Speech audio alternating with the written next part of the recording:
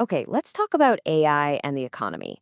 It feels like it's going to change, well, everything, right? But what does that actually mean? Beyond all the hype and the crazy headlines, what's the real story for businesses, for global growth, and yeah, for your job? Let's dig in. You've seen it, I've seen it. One headline screams about this incredible AI-powered boom that's right around the corner. The very next one is a warning about robots taking all the jobs. It's confusing, to say the least. You've got these huge promises on one side and some really dire warnings on the other. So, what is the real story here? If we cut through all that noise, what does the actual data tell us about what's happening with AI? For the economy, for companies, and, for all of us and our jobs? Let's find out.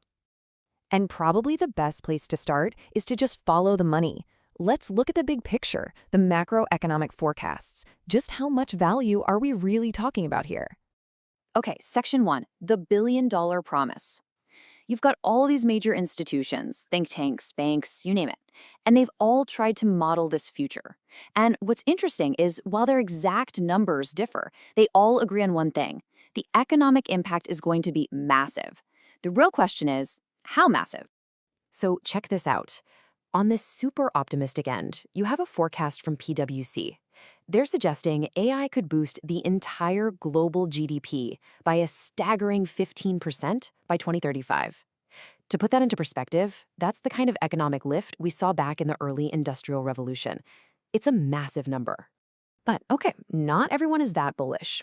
The IMF, the International Monetary Fund, they ran the numbers too, and they land on something a bit more moderate. Even in their high adoption case, they see global GDP growing by nearly 4%. Now, don't get me wrong, that is still a huge deal, but it just goes to show you how much uncertainty is baked into these predictions. And just to give you one more point of comparison, a detailed model from the Wharton School forecasts a cumulative bump of about 1.5% to US GDP.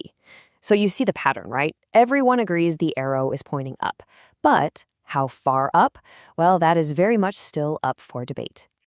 And this is a really, really crucial point to remember. All of these projections are based on the AI we have today. Experts call it narrow AI. We are not talking about Skynet or sentient robots here. We're talking about highly specialized systems that are really good at one specific thing, like running a chatbot or making a spreadsheet smarter. This is about practical tools, not science fiction. So, Section 2, AI on the factory floor.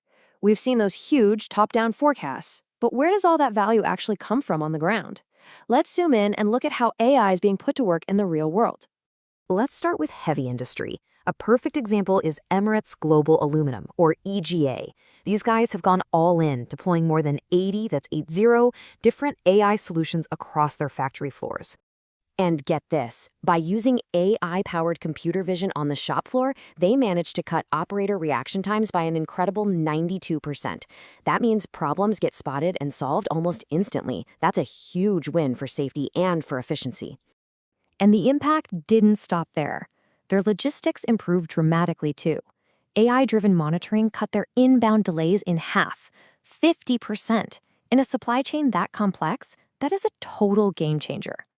So you add it all up, and the financial return is just stunning. EGA saw over $123 million in benefits in just 3 years. This shows how targeted AI solutions can deliver very real, very large returns. And hey, it's not just manufacturing. In the service sector, one global bank deployed an AI chatbot that ended up handling over 250,000 customer queries. That saved them €2 million annually. This is AI as a workhorse, just automating routine tasks at a massive scale. Okay, so AI creates value. But this leads us to the biggest question on everyone's mind, right? What does it mean for our jobs? The common fear is pretty straightforward. Robots are coming for our jobs, and it's going to lead to mass layoffs. But when economists look at the actual data from firms that are adopting AI, they see a different story. It's a story of task reorganization. In fact, research from places like the Brookings Institution shows the opposite is often true. Firms that use AI tend to reorganize how work gets done, and many of them actually increase their total hiring to manage all the growth and new workflows that AI opens up. Now, this doesn't mean jobs aren't changing. They absolutely are. Studies estimate that somewhere between 25 and 40% of jobs are AI retrainable, and that word is key. It shifts the whole conversation away from replacement and towards adaptation. towards reskilling for a world where humans and AI work together. So, the economic pie is getting bigger, and jobs are being reimagined, not just eliminated. Sounds pretty good. But there's a crucial catch. Who is actually getting a slice of that bigger pie? And this is where the problem lies.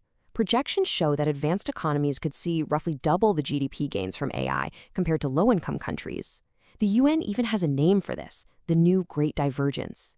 It's a sign that AI could actually widen the gap between the world's rich and poor, because the advanced nations already have the data, infrastructure, and talent to capitalize on it first. This inequality is happening on multiple fronts. You see it between nations, you see it between the large tech firms that can afford to invest and the smaller businesses that can't.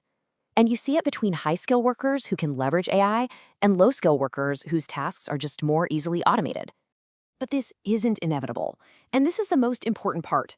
The future of the AI economy isn't something that just happens to us. It's something we can actually shape through policy and the choices we make right now. And policymakers are looking at 4 key areas here. First, education and lifelong retraining programs to help workers adapt.